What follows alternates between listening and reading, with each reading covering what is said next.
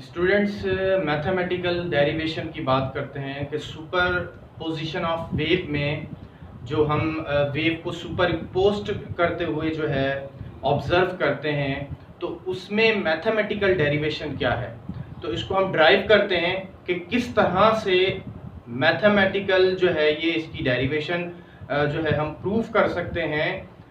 किस तरह के जब दो वेव्स जो है वो सुपर इम्पोस्ट होंगी आपस में, ठीक है, और फिर उसमें जो है अगर वो सेम फेज में होंगी तो फिर उसका जो नेट डिस्प्लेसमेंट है वो बढ़ जाएगा। इसी तरह से अगर उनमें फेज डिफरेंस होगा, ठीक है, तो फिर क्या होगा, जो नेट डिस्प्लेसमेंट होगा और फेज डिफरेंस भी अगर अपोजिट होगा बिल्कुल, यानी कि 180 डिग्री के फेज जो है वो एंगल से वो इंटरेक्ट कर रहे होंगे, वेव्स इंटरेक्ट कर रहे होंगे आपस में, तो फिर उनमें जो नेट डिस्प्लेसमेंट होगा उस पे क्या असर पड़ेगा। जैसे कि हमने इस चीज को देख लिया है कि जो net displacement opposite phase angle के अंदर होगा वो जीरो होगा, जिसकी वजह से जो रिजल्टेंट वेव्स होंगी उनका डिस्प्लेसमेंट जीरो होगा और वहां पर कोई जो है वो वेव्स जनरेट नहीं हो रही होगी नेट डिस्प्लेसमेंट जीरो होने की वजह से, क्योंकि वेव्स जो होंगी वो इफेक्ट आपस में एक दूसरे का कैंसिल कर देंगी अपोजिट फेज होने की वजह से, ठीक है। इसी तरह से अच्छा, किस तरह से अपोजिट फेज होगा और नेट डिस्प्लेसमेंट जीरो कब होगा। इंटरफेरेंस जो एक टॉपिक है इसी का, वेव्स का, उसको हम डिस्कस करेंगे और उसमें हम कंप्लीट जो है इसको बताएंगे। और सुपरपोजिशन ऑफ वेव्स का ही वो हिस्सा है, यानी कि सुपरपोजिशन ऑफ वेव्स के अंदर हम देखें तो बहुत सारी आगे कैटेगरी बनती हैं। कैटेगरी क्या बनती है कि उसमें सुपरपोजिशन ऑफ वेव्स में हम डिफरेंट फिनोमिना को जब स्टडी करते हैं तो उसमें इंटरफेरेंस भी आता है। फिर उसमें आपको कंप्लीटली पता चलेगा कि कौन सी इंटरफेरेंस में डिस्प्लेसमेंट जीरो होगा और कौन सी इंटरफेरेंस में डिस्प्लेसमेंट जो है वो मैक्सिमम होगा, नेट डिस्प्लेसमेंट जो होगा, ठीक है। तो अभी हम सुपरपोजिशन पे ही हैं, तो लिहाजा वेव की मैथमेटिकल डेरिवेशन को अभी हम देखेंगे। तो स्टूडेंट्स, मैथमेटिकल डेरिवेशन जो है वेव्स के अंदर, सुपरपोजिशन ऑफ वेव्स के अंदर ये दो तरह की होती हैं, ठीक है। एक ज्योमेट्रिकल मेथड है इसमें सुपरपोजिशन वेव्स को सुपर इम्पोज करने का, और एक जो है वो एनालिटिकल मेथड है। लेकिन बेसिकली स्टूडेंट्स जो सीखा जाता है, एनालिटिकल मेथड सीखा जाता है वेव जब आपस में दो वेव्स जो है वो सुपर इम्पोज होती हैं।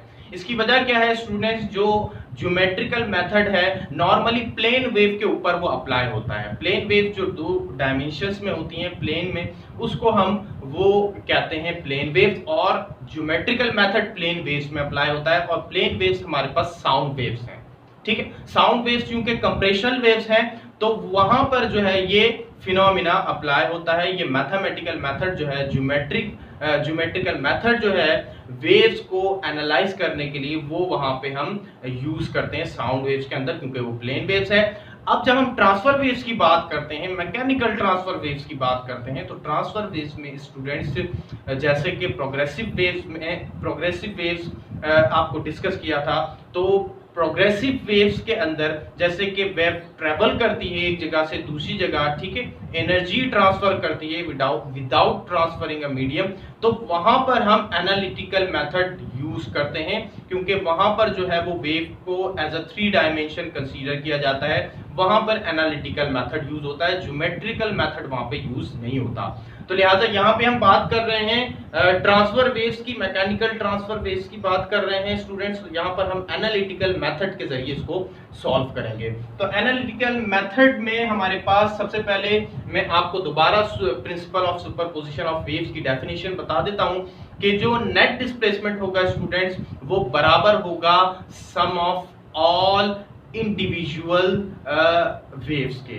जो वेव्स होंगी उनका जो डिस्प्लेसमेंट होगा, नेट डिस्प्लेसमेंट, वो बराबर होगा sum of all individual waves displacement के बराबर होगा। ठीक है, यानी कि जो वेव का डिस्प्लेसमेंट है उनको सम अप कर लिया जाएगा, उसके बराबर जो है नेट डिस्प्लेसमेंट होगा जब वेव्स किसी एक पॉइंट पर सारी वेव्स आपस में मिलेंगी। जरूरी नहीं स्टूडेंट सिर्फ दो ही वेव्स हों, दो से ज्यादा वेव्स भी हो सकती हैं। तो यहां पर मैंने जो है वो n वेव्स ले ली हैं, तो जो नेट डिस्प्लेसमेंट होगा वो सम अप हो जाएगा ऑल इंडिविजुअल वेव्स के बराबर हो जाएगा। अब एनालिटिकल मेथड के बारे में बात करते हैं। तो स्टूडेंट्स हम जब प्रोग्रेसिव वेव्स की बात करते हैं या फिर ट्रैवलिंग वेव की बात करते हैं तो वो जो है वो एनर्जी कैरी करती है, एक जगह से दूसरी जगह मूव करती है। तो वहां पर हमने एक इक्वेशन को स्टडी करना है। इसको हम प्रोग्रेसिव वेव की एक जो है वो इक्वेशन को पूरा ड्राइव करेंगे एक लेक्चर में। आपको नेक्स्ट लेक्चर में ही आपको बताएंगे किस तरह से जो है वो इसकी एनालिटिकल इक्वेशन बनती है और इसका डिस्प्लेसमेंट की इक्वेशन आप बना सकते हैं। जैसा कि मैंने आपको यहाँ पे बनाकर दिखाई है कि ये जो वेव्स है, ये लेट सपोज ये यहाँ पर जो है वो एक प्रोग्रेसिव वेव्स है और यहाँ पर जो है इसको हम y1 से रिप्रेजेंट कर रहे हैं और इसका जो डिस्प्लेसमेंट होगा वो बराबर होगा एनालिटिकल मेथड के हिसाब से वो बराबर होगा a nought sine kx minus omega t। ठीक है, यहाँ पर स्टूडेंट्स जो a नॉट है ये मैक्सिमम एम्पलीट्यूड होगा वेव्स का, किसी भी वेव्स का मैक्सिमम एम्पलीट्यूड है और kx जो है इसी तरह से जो है वो इस चीज को रिप्रेजेंट कर रहा है कि जो है यहाँ पे जो सिस्टम यानी कि पार्टिकल में जो मोशन है वो जो है वो हार्मोनिक मोशन है। तो ये इक्वेशन जो है स्टूडेंट्स इसको आपने अंडरस्टैंड करना है। अब इसी तरह की सेकंड वेव्स के लिए हम इक्वेशन बनाते हैं। लेट सपोज हमारे पास एक और वेव्स है लेकिन वो फेज में डिफरेंट है। ठीक है, फेज में हमारे पास डिफरेंट है, एक वेव ले लेते हैं हम यहाँ पे, लेकिन वो फेज में थोड़ा सा डिफरेंस है, फेज में थोड़ी सी जो है वो डिफरेंट है। ठीक है, चलें इसको अपोजिट फेज ही ले लेते हैं। अगर अपोजिट हमने फेज ले लिया, ठीक है, अपोजिट हम इसको फेज ले लेते हैं, अपोजिट फेज हम इसको लेते हैं। अब उसमें क्या होगा कि यहाँ पर लेट सपोज ये हमने इसको अपोजिट फेज में ले लिया। अब इसमें क्या करना है, हमने अब इसको सुपर इम्पोज कराना है। इसके लिए भी इक्वेशन बना लेते हैं। इसके लिए इक्वेशन बनेगी y2 equal to a nought sine kx minus omega t minus 5। इसको कर दें इक्वेशन 2, ये इक्वेशन जो हो जाएगी 2। अब स्टूडेंट्स यहाँ पर जो है यहाँ पे फाई क्या है, फाई स्टूडेंट्स यही फेज एंगल है। ठीक है, अब इन दो वेव्स के दरमियान अगर कोई फेज एंगल होगा तो ये उसको रिप्रेजेंट करेगा। ठीक है, ये यहाँ पर कौन सी वैल्यू जो है वो हम पुट करेंगे एंगल के हिसाब से, इसको हम आगे डिस्कस करते हैं। तो यहाँ पर जो है फाई जो है स्टूडेंट्स ये ग्रीक वर्ड है, ग्रीक वर्ड फाई। ठीक है, फाई ग्रीक वर्ड है और जैसा कि आप जानते हैं हमारे चैनल का नाम भी फाई ही है। तो आप सब्सक्राइब करना ना भूलें, अपने फ्रेंड्स के साथ शेयर करना ना भूलें। ये एक रनिंग प्रोसेस को कहते हैं स्टूडेंट्स फाई। ठीक है, अच्छा इसकी जो है वो मीनिंग होती है। तो बहरहाल हम फाई जो है ये हमारे पास ग्रीक वर्ड हो गया और ये फेज एंगल को रिप्रेजेंट करेगा। तो यहाँ पर इसको रिप्रेजेंट करेगा, फेज एंगल को रिप्रेजेंट करेगा, फेज एंगल। अब यहाँ पे स्टूडेंट्स हम क्या करेंगे, अब ये दोनों वेव्स को हम क्या करेंगे आपस में कंबाइन कर देंगे। अब रिजल्टेंट जो वेव्स होगी हमारे पास वो बराबर होगी y1 और प्लस y2। ठीक है, ये हमारे पास जो है स्टूडेंट्स रिजल्टेंट वेव होगी। और अब हमारे पास रिजल्टेंट वेव की जगह हमने क्या लिख देना है, इसकी वैल्यूज पुट कर देनी है, a nought sine kx minus omega t और plus a nought sine kx minus omega t minus 5। अब जो है यहाँ पर हम y इक्वल टू, अब a को हम a नॉट दोनों में कॉमन है तो इसको कॉमन ले लेते हैं और यहाँ पर sine kx minus omega t plus sign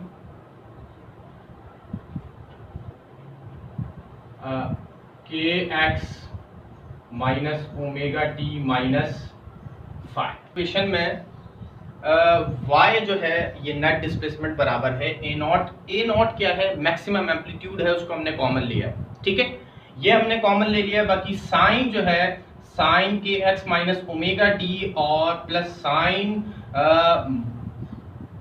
sign के x minus omega T minus five, और इसको जो है वो ब्रैकेट में हम क्लोज कर देते हैं। अब यहाँ पे हम देखेंगे तो एक फॉर्मूला है मैथमेटिक्स का, वो अप्लाई होता है sign alpha plus sign beta, sign alpha plus sign beta, जो कि खुलता है कैसे, हम इसको जो है वो फॉर्मूले को एक्सपेंड करते हैं, sign alpha plus beta divided by 2 और कॉस 2 साइन अल्फा, 2 आता है यहाँ पे, 2 sine alpha plus beta divided by 2 और cos alpha minus beta divided by 2। तो ये स्टूडेंट्स ये हमारे पास जो है वो फॉर्मूला एक्सपेंड होता है। अब इसको हम अप्लाई करेंगे, ठीक है, इस फॉर्मूले को यूज करते हुए नेट डिस्प्लेसमेंट ये बराबर है ए नॉट 2 साइन अल्फा, ये अल्फा है स्टूडेंट्स और ये बीटा है, ये अल्फा और ये बीटा हो गया, तो 2 sine alpha plus beta k x minus omega T और plus k x minus omega T और 2 साइन के x minus omega t plus k x minus omega T minus 5 divided by 2 cos के x minus omega T और omega T और minus 5, ठीक है। अब इसको हम होल ब्रैकेट कर देते हैं, ये भी होल ब्रैकेट है, ठीक है। अब उसके बाद जो है यहाँ से net displacement A not 2 sign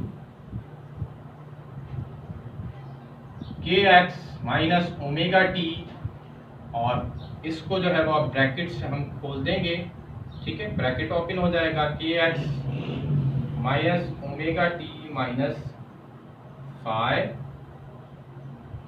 whole divided by 2 और कॉस के एक्स माइनस ओमेगा टी में कैंसिल हो जाएंगे, ठीक है, ये माइनस प्लस आपस में कैंसिलेशन हो जाएगी इनकी, तो यहाँ पर सिर्फ 5 डिवाइडेड बाय 2 ये रिमेनिंग हमारे पास बचेगा, 5 डिवाइडेड बाय 2 ये हमारे पास रिमेनिंग बचेगा। अब उसमें हमारे पास नेट डिस्प्लेसमेंट ये बराबर हो गया a naught sine a not 2 sine और ये 2 को यहाँ पर हम कॉमन लेंगे और के एक्स माइनस ओमेगा टी और ये माइनस 5 होल डिवाइडेड बाय 2 और into cos omega 5 divided by 2। अब यहाँ से जो है ये 2 से ये 2 गया, ठीक है स्टूडेंट्स। अब यहाँ पर क्या हमारे पास वैल्यू बची, net displacement A not 2 sine के एक्स माइनस ओमेगा टी और माइनस ओमेगा 2 स्टिल जो है रिमेनिंग है, क्योंकि यहाँ पर 5 के साथ भी 2 है, ये जो 2 कैंसिल हुआ है, इन दोनों के साथ जो डिवाइड में 2 था ये कैंसिल हुआ है, अब इसके साथ स्टिल मौजूद है, तो लिहाजा ये 2 जो है इसके साथ रहेगा। अब उसके बाद क्या करना है students, cos into cos 5 divided by 2।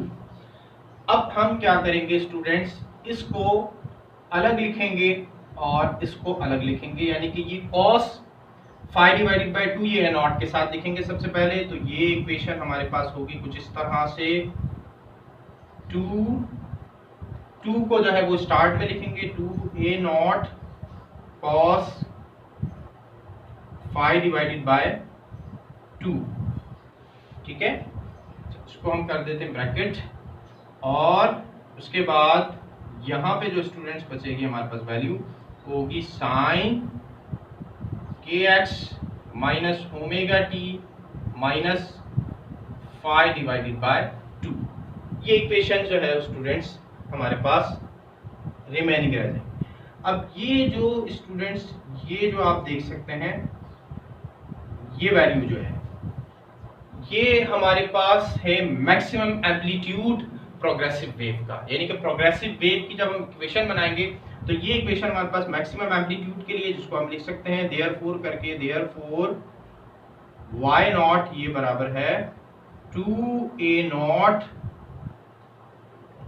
cos 5 divided by 2 equal to y nought, यानी कि मैक्सिमम एम्पलीट्यूड साइन kx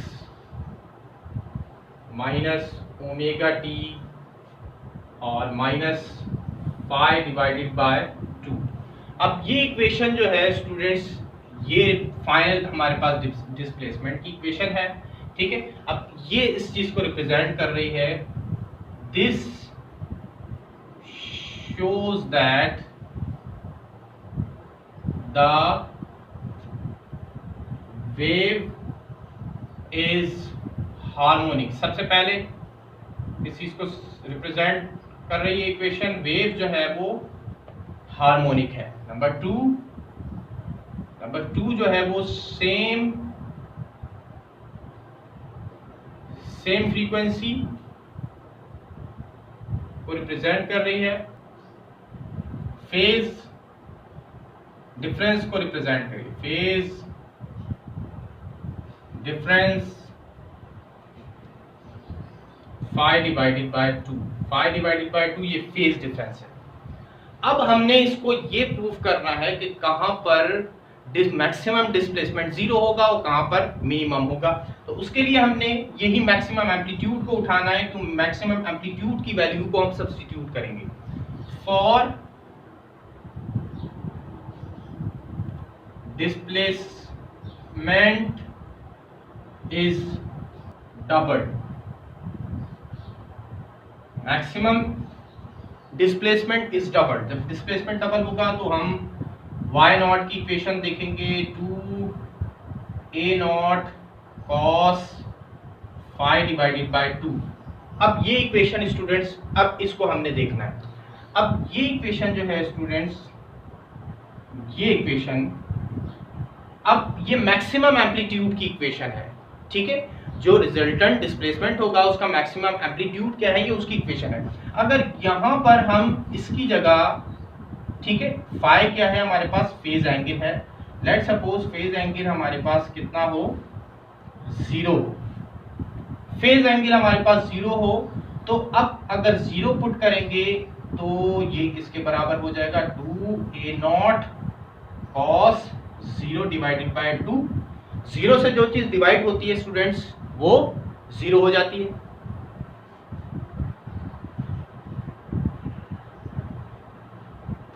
अब 0 से जो चीज डिवाइड होगी वो हो जाएगी 0, तो लिहाजा यहां पर 2a नॉट cos 0, और cos 0 किसके बराबर होता है, 1 के बराबर होता है स्टूडेंट्स।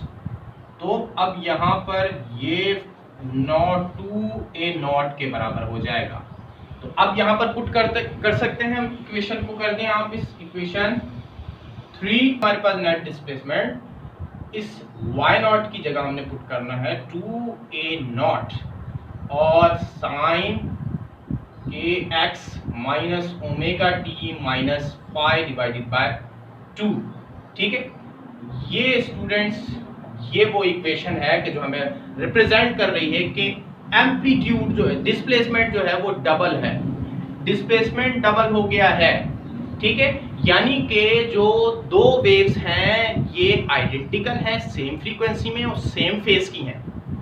अब जब आइडेंटिकल होगी, सेम फ्रीक्वेंसी होगी, सेम फेज में होंगी, तो डिस्प्लेसमेंट डबल हो जाएगा और हम एनालिटिकल मेथड से इसको इस तरह से प्रूव कर सकते हैं। जीरो नेट डिस्प्लेसमेंट जीरो के लिए हम इसको इसी इक्वेशन को उठाएंगे, y naught equal to 2a not cos phi divided by 2। अब phi जो है हमारे पास ये क्या है, फेज एंगल है, इसको हम 180 लेंगे क्योंकि अपोजिट फेज कौन सा होता है स्टूडेंट्स, अपोजिट फेज होता ही हमारे पास 180 डिग्री एंगल का है। तो अपोजिट फेज 180 डिग्री का है, इसको सब्स्टिट्यूट कर दें, y naught equal to 2a not cos 180 divided by 2।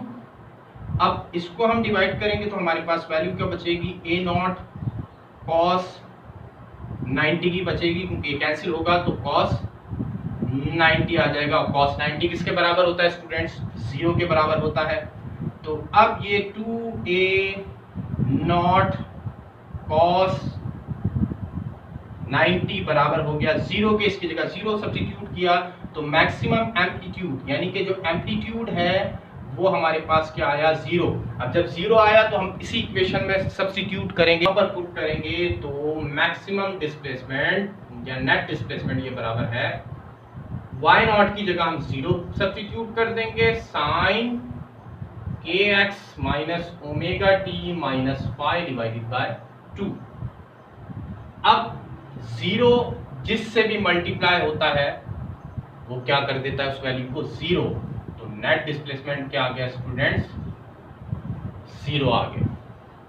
तो हो गया स्टूडेंट्स प्रूफ। एनालिटिकल मेथड से भी हमने इसको देख लिया कि किस तरह से जो जब वेव्स इंटरैक्ट करती हैं तो वहां पर हमारे पास अगर फेज डिफरेंस है 180 डिग्री का तो वहां पर जो है हमें क्या मिलता है, नेट डिस्प्लेसमेंट 0 मिलता है और इफेक्ट जो है वेव्स का कैंसिल हो जाता है, वहां पे वेव्स बनती हुई हमें नहीं दिखती हैं, ठीक है, क्योंकि नेट डिस्प्लेसमेंट 0 हो गया है। अब जहां पर फेज एंगल सेम होता है यानी कि जो दो वेव्स आपस में इंटरैक्ट कर रही हैं किसी पॉइंट के ऊपर, वहां पर अगर फेज एंगल हमारे पास सेम है तो फिर वहां पर जो नेट डिस्प्लेसमेंट होता है वो डबल हो जाता है, जैसे कि हमने इस इक्वेशन में आपको बता दिया, ठीक है। तो स्टूडेंट्स एनालिटिकल मेथड से भी ये प्रूव हो गया है, जैसे कि आपको दो तरह से हमने बता दिया कि जो है वो प्रिंसिपल ऑफ सुपरपोजिशन जो है वो मैथमेटिकल जो है वो डेरिवेशन से भी प्रूव हो सकता है, लेकिन आपके पास मेथड जो होना चाहिए वो एनालिटिकल होना चाहिए, ठीक है स्टूडेंट्स।